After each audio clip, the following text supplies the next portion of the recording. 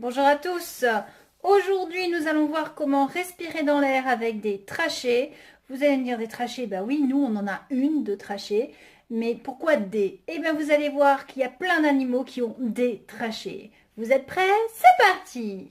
Comment respirent les insectes? Voici l'exemple du criquet.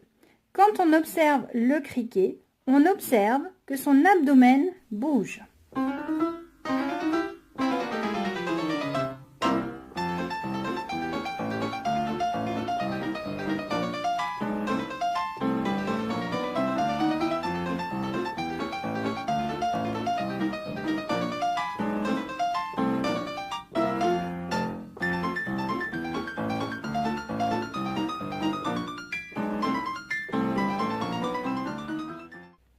Si on fait un zoom au niveau de l'abdomen, vous l'avez vu dans la partie de la vidéo précédente, on va observer des petits trous que l'on appelle des stigmates.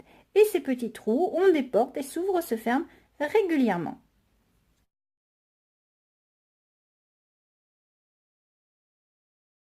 Ici, nous avons une dissection de l'abdomen de criquet, c'est-à-dire qu'on a enlevé la peau, le squelette externe qui se trouvait au niveau de l'abdomen. Et qu'est-ce qu'on observe dessous? On observe toute une série de tuyaux blancs nacrés qui sont gonflés d'air. Ces tuyaux s'appellent des trachées.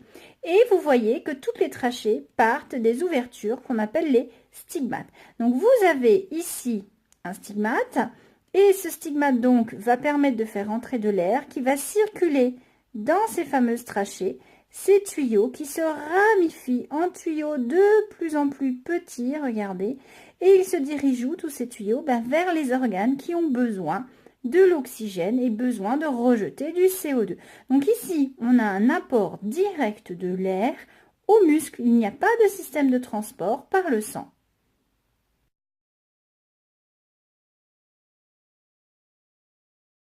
Comment est-on sûr que l'air qui rentre par les stigmates est bien de l'air qui va servir à donner de l'oxygène aux muscles du criquet? On a ici des mesures qui ont été faites. On enregistre les pourcentages de gaz respiratoire, dioxygène et dioxyde de carbone, dans l'air entrant et dans l'air sortant de quoi? Des trachées d'un criquet. Donc on va faire un petit peu de méthodologie. Alors, on n'aime pas, mais c'est pas grave, c'est ce qui nous permet de gratter des points. Alors, méthodologie de phrase.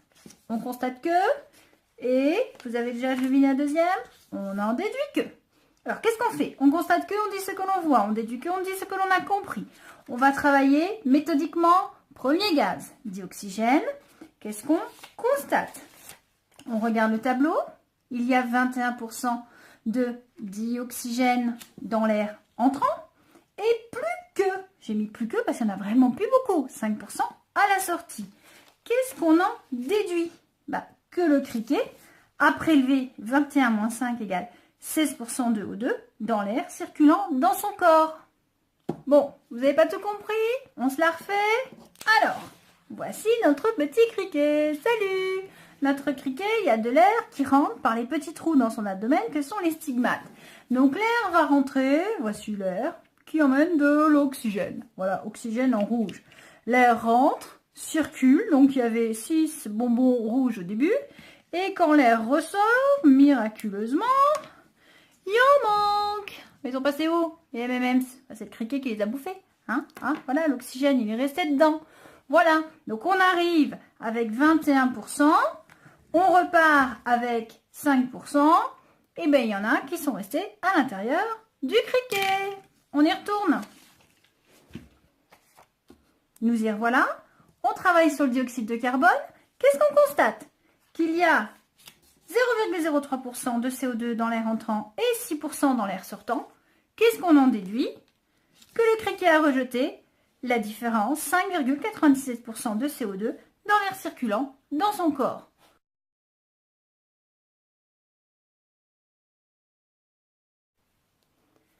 Complétons les légendes de l'appareil respiratoire du criquet.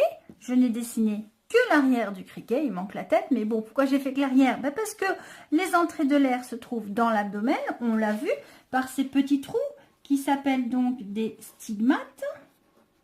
Ici donc vous avez l'abdomen, là c'est l'aile, et là c'est la patte arrière. Donc l'air va rentrer par ces stigmates. L'air va être riche en O2 et va être pauvre en CO2. L'air va ressortir. À ce moment-là, il sera riche en CO2 et pauvre en O2. Donc, dans quoi il circule cet air? On a dit, il circule dans des tuyaux, donc qui démarrent au squelette externe de l'abdomen. Donc, si je prends, j'arrache la peau du criquet ici. Oh, j'arrache la peau du criquet, qu'est-ce que je remarque? Ben, que dessous, j'ai des tuyaux. Donc, j'ai commencé à le dessiner. Ces tuyaux vont se diviser en tuyaux de plus en plus petits pour aller au niveau des muscles directement apporter l'air. Voilà, je vais en faire quelques-uns encore. Voilà. Et ces tuyaux donc s'appellent des trachées, ils sont tout le temps ouverts. Alors, on va dire trachée au début quand on a des gros tuyaux. Là, c'est la trachée. Mais comme les tuyaux sont de plus en plus petits, on va parler de trachéole.